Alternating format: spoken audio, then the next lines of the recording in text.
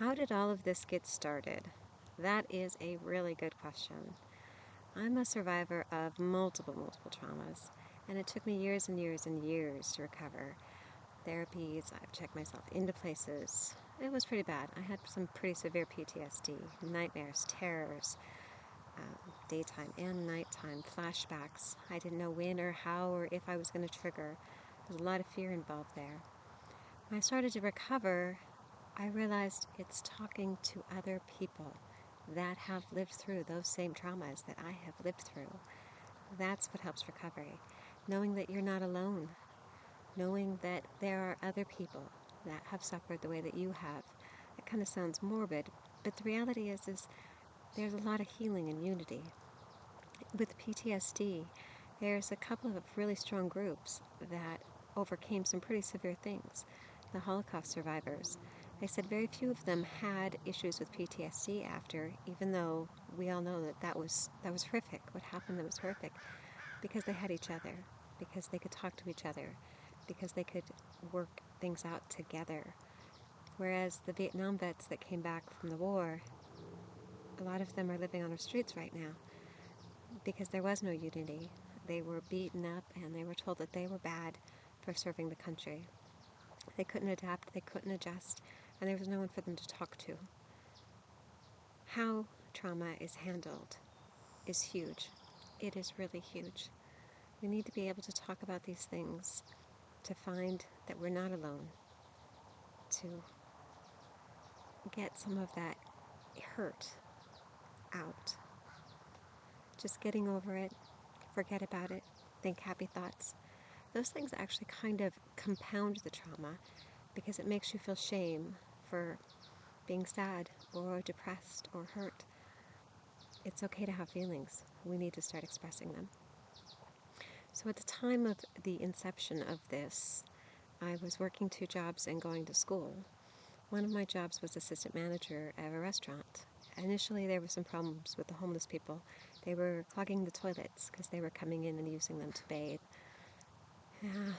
I didn't have a problem with it. I felt that we were open to the public and there's no reason to discriminate. And if they needed a restroom and a place to wash themselves, that I was going to leave the bathrooms open for them. A little bit after that, I was training at a different restaurant. I went in at 6 o'clock in the morning. A disabled, homeless, female, midget with cancer had come in the middle of the night. She had gotten something to eat, but didn't have any money to pay for it.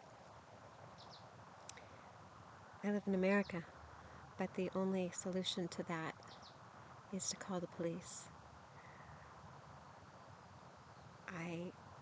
I've done some scummy things in my life, but calling the police on someone who just needed something to eat and a warm place to stay definitely tops the list. I didn't stop there. About 2 weeks later, a waitress had gotten a phone call, and she was hysterical, absolutely hysterical. Apparently her son-in-law had been shot. She had lost her husband just a couple years before that, again, from a shooting here in America. So, managing a restaurant, do you fire her? Do you replace her? She's not making her shifts. Yeah, she's dealing with the police, she's dealing with morgues, where to bury her loved one, loss from another shooting in one person's life.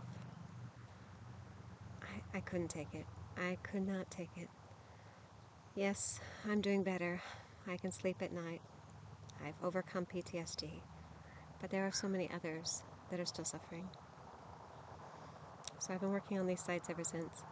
But the mental health aspect of PTSD isn't all that there is. People are hungry. People are cold. People's water is getting shut off. Electricity. We need physical resources too. America's the land of plenty. And there's 1.5 million charities out there helping people. But getting a hold of them and finding the one near you is almost impossible. The SEOs and the paid advertisements and the Google search, and if you put in Washington, you could end up on either coast or some county in between. So Stronger US is to help people in America find the resources that are near them. Ptsd.online is for people that are suffering, to connect with other people, find some healing. PTSD sucks. That's me in my life. When I did find recovery and healing, it was because I had to get all the noise out. Everybody else's opinions, everybody else's, well, if you did this, you'd be happy. If you did that, you'd be happy. Oh, maybe you should try this medication. Oh, maybe you should do that. When I finally got all the noise out, that's where I started healing. But I have learned a lot in my experience too. So I am putting videos up, they're not all up right now, to help if you can glean from my healing.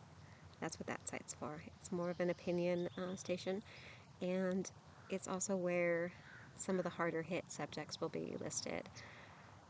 There's a lot of fight starters. Religion, gender issues, politics. If there's going to be a fight, I'd like it separated from the other side. So that's where that one's at.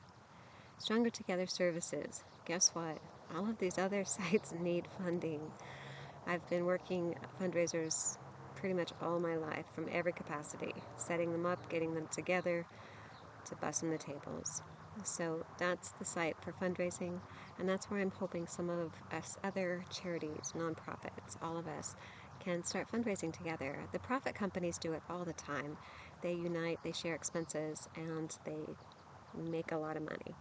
So I think the nonprofits and the charities need to do the same thing. Let's put our resources together, pool things together, and let's make things fun.